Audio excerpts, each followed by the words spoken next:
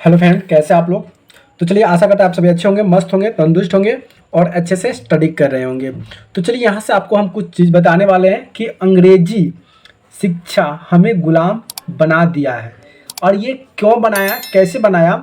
चलिए इसके बारे में जानते हैं कि अंग्रेजी शिक्षा जो होता है ना, हम लोग को क्या बनाते जा रहा है, गुलाम बना दिया। क्योंकि हम लोग का जो भाषा था संस्कृत था, हम लोग की परंपरा संस्कृत था, लेकिन हम लोग संस्कृत से भटक गए हैं और हम लोग क्या कर दिए, अंग्रेजी सीखना शुरू कर दिया और यहाँ पे सभी अंग्रेजी पढ़ते जा रहे हैं और सिर्फ अंग्रेजी बन जाएंगे। और हिंदू का मतलब हिंदी किसी को सही से आता ही नहीं है। तो वही बात करेंगे कि अंग्रेज जो है हमें शिक्षा में गुलाम कैसे बना दिया। देखिए, महात्मा गांधी का कहना था कि औपनिवेशिक शिक्षा से भारतीय मस्तिष्क में हीनता का बोध पैदा कर दिया है।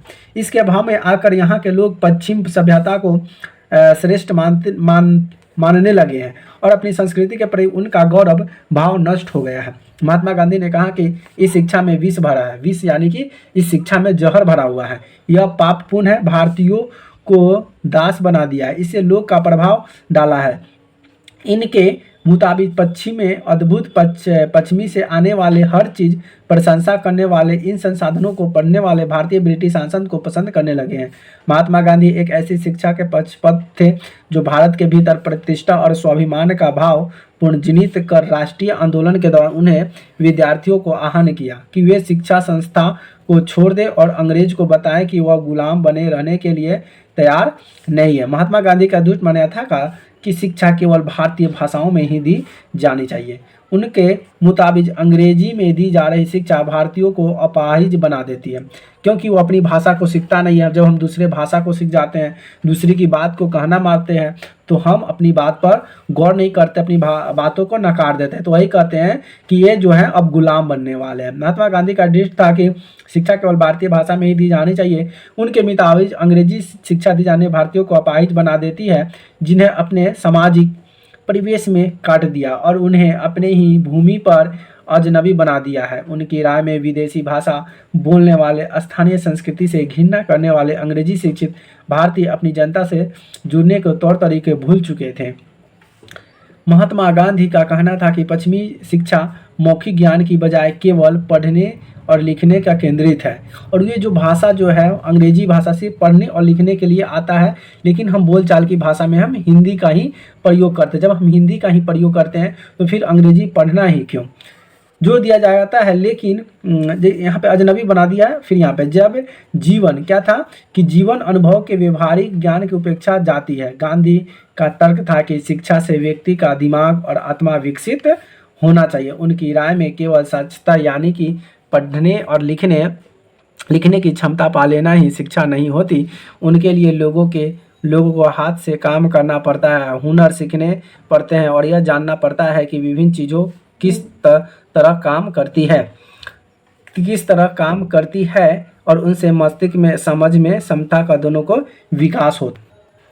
महात्मा गांधी यहाँ पे बताते हैं कि साक्षरता की शिक्षा नहीं है, साक्षरता ही शिक्षा नहीं। जो पढ़ लिख लिया मतलब पढ़ लिखना, अक्षर का ज्ञान हो जाना ही हमें शिक्षा नहीं होती। महात्मा गांधी ने लिखा कि मेरा मतलब ये इस बात से है कि बालक और मनुष्य में देर मस्तिष्क और भावना की श्रेष्ठता तत्वों में सामने लाया जाए। साक्षरता न तो शिक्षा का अंत है और न ही उनकी शुरुआत, यह तो केवल एक साधन है जिसके जरिए पुरुषों और महिलाओं को शिक्षा दी जाती है। साक्षरता अपने आप में शिक्षा नहीं होती, लिहाजा मैं बच्चों को शिक्षित करते सबसे पहले उन्हें उपयोग हस्तकौशल सिखाऊंगा और उन्हें शुरू से ही कुछ रचने पैदा करने के लिए तैयार करूंगा। मेरा मानना है कि दिमाग और आत्मा का सर्वोच्च विकास इस तरह से शिक्षा में ही संभव है। प्रत्येक हस्तकला से आज के तरह केवल यांत्रिक ढंग से ही नहीं बल्कि वैज्ञानिक ढंग से ही पढ़ाया जाना चाहिए। यानी बच्चों को प्रत्येक प्रतिक्रिया के क्यों और किस लिए का पता होना चाहिए। जैसे कि गांधी जी का कहना था कि जो काम हम करते हैं